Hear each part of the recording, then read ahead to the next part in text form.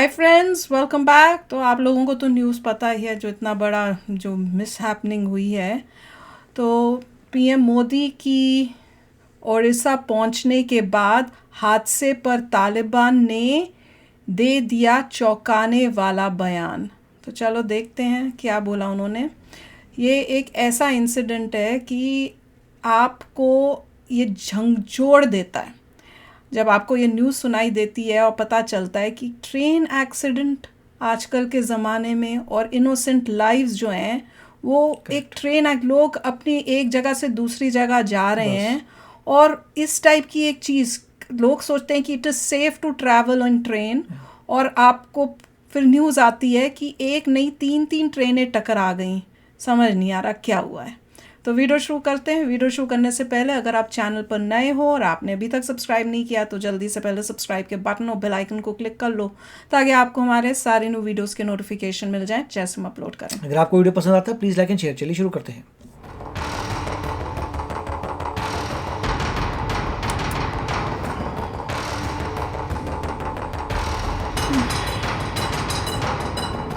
ओडिशा में जैसे ही भीषण रेल हादसा हुआ वैसे ही पूरी दुनिया भारत के साथ खड़ी हो गई, सिर्फ पाकिस्तान को छोड़कर। लेकिन पाकिस्तान के दम पर अफगानिस्तान की सत्ता में बैठे तालिबान ने इस हादसे पर अपना बयान देकर दुनिया को चौंका डाला। तालिबान की ओर से बयान सामने आया जिसमें कहा गया कि वे हादसे के पीड़ितों के प्रति अपनी संवेदनाएं व्यक्त करते हैं। अफगानिस्तान के विदेश मंत्रालय ने कहा, हमें ये जानकर बड़ा दुख हुआ कि हिंदुस्तान में हुए भीषण ट्रेन हादसे में सैकड़ों लोगों की जान चली गई। हम जान गंवाने वालों के परिवारों के प्रति संवेदना जताते हैं और घायल यात्रियों के जल्द ठीक होने की कामना करते हैं। अब यह बयान ऐसे समय सामने आया जब अफगानिस्तान में तालिबान की सत्ता है और यह बयान तालिबानी हुकूमत का ही है। अब ये बयान देकर तालिबान ने पाकिस्तान की तो नींद उड़ा डाली, इसके साथ ही साथ चीन को भी सोचने पर मजबूर कर दिया कि पड़ोसी के साथ कैसा व्यवहार करते हैं। हालांकि अगर तालिबान जिस धरती पर राज कर रहा वो धरती अफगानिस्तान की है और अफगानियों और भारत का संबंध काफी अच्छा है। दोनों देश के लोग एक दूसरे को भाई भाई मानते हैं। हालांकि जो घटना सामने आई है उसे लेकर जिस तरह से अब तालिबान का बयान आया वो सच में सभी के लिए चौंका देने वाला है। वैसे दुनिया के कई दूसरे देश भारत को लेकर काफी दुख व्यक्त कर रहे हैं। तो वहीं अगर दूसरी तरफ बात की जाए तो भारत में हुए इस रेल हादसे में अब तक 280 से ज्यादा लोगों की मौत हो चुकी है। खुद पीएम नरेंद्र मोदी ने घटनास्थल पर जाकर स्थिति का जायजा लिया और घायलों से भी मुलाकात की। पीएम मोदी ने इस दौरान ये भी कहा कि जो भी लोग इस घटना में दोषी पाए जाएंगे उन्हें कतई बख्शा नहीं जाएगा और सख्त से सख्त सजा दी जाएगी। इस दौरान पीएम मोदी बेहद दुखी भी नजर आए। बता दें कि इस रेल हादसे में अब तक 280 से ज्यादा लोगों की मौत हो चुकी जबकि हजारों लोग घायल बताए जा रहे हैं। पीएम मोदी ने कहा कि बहुत ही दर्दनाक और विचलित करने वाला ये हादसा है। मेरे पास इस वेदना को प्रकट करने के लिए शब्द नहीं। ईश्वर सबको शक्ति दे ताकि वो दुख की घड़ी से निकल सके। तो वहीं उड़ीसा के बालासोर में हुए रेल हादसे के बाद पूरा देश गम में डूबा हुआ है। तो वहीं भारत के मित्र देशों ने भी दुख जताते हुए इस घटना को लेकर कई बयान दिए। इस घटना के बाद रूसी राष्ट्रपति व्लादिमीर पुतिन ने कहा कि इस दुखद घटना में जिन्होंने अपने प्रियजनों को खोया उनके प्रति हमारी संवेदनाएं और घायलों के शीघ्र स्वस्थ होने की कामना करते हैं। खैर, तालिबान का भारत पर बड़ा बयान ये दिखा रहा कि कहीं न कहीं तालिबान भारत के साथ खड़ा होना चाहता है। अब आपका क्या सोचना है तालिबान के बयान को लेकर कमेंट कर जरूर बताएं। ब्यूरो रिपोर्ट, भारत तक। पूरी तरह से देखो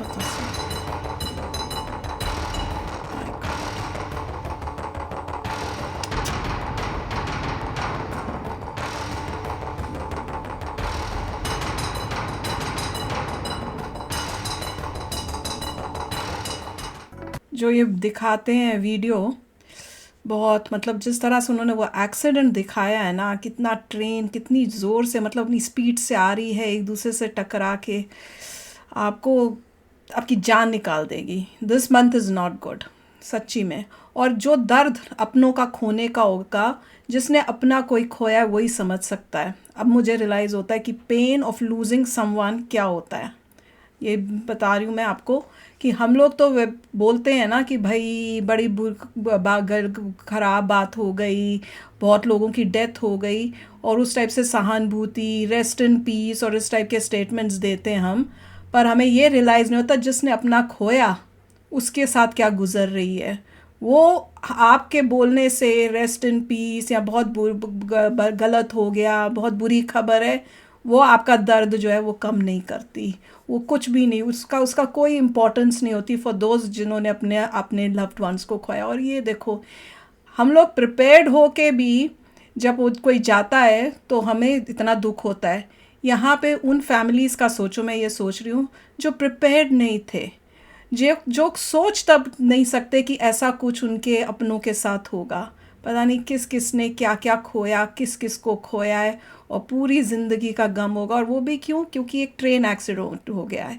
ऐसी चीज़ जो आप कंट्रोल कर सकते थे, ऐसे सेफ्टी प्रोसीजर्स होते, जैसे ये ना होता तो कितने लोगों की जान बच जाती, कितने जो है, मैं सोचती हूँ ख़ानदान जो घर हैं वो बर्बाद ना हुए होते हैं। पता नहीं कौन कौन किन किनों ने किस किस को खोया है।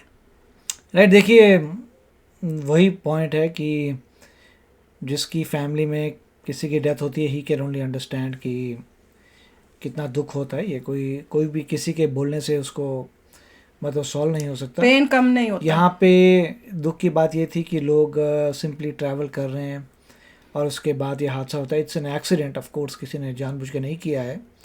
इन्वेस्टिगेशन पूरी होनी चाहिए पता करने के लिए कि कहाँ पे एरर हुई थी, जिससे ये मेक श्योर किया जाए कि एरर दोबारा ना हो। दूसरा, टेक्नोलॉजी को इम्प्रूव करना पड़ेगा। कोलिजन डिटेक्शन सिस्टम्स हैं हर ट्रेन में लगने चाहिए, जिससे कभी भी कोलिजन ना हो सके, पीछे हो आगे हो कहीं से भी कोलिजन ना हो पाए। और उसके लिए इंडिया आगे बढ़ रहा है। कवच जो है इम्प्लीमेंट होगा, जल्दी से होगा, और यही कर सकती है गवर्नमेंट, कुछ ना कुछ मॉनेटरी हेल्प दे लोगों को।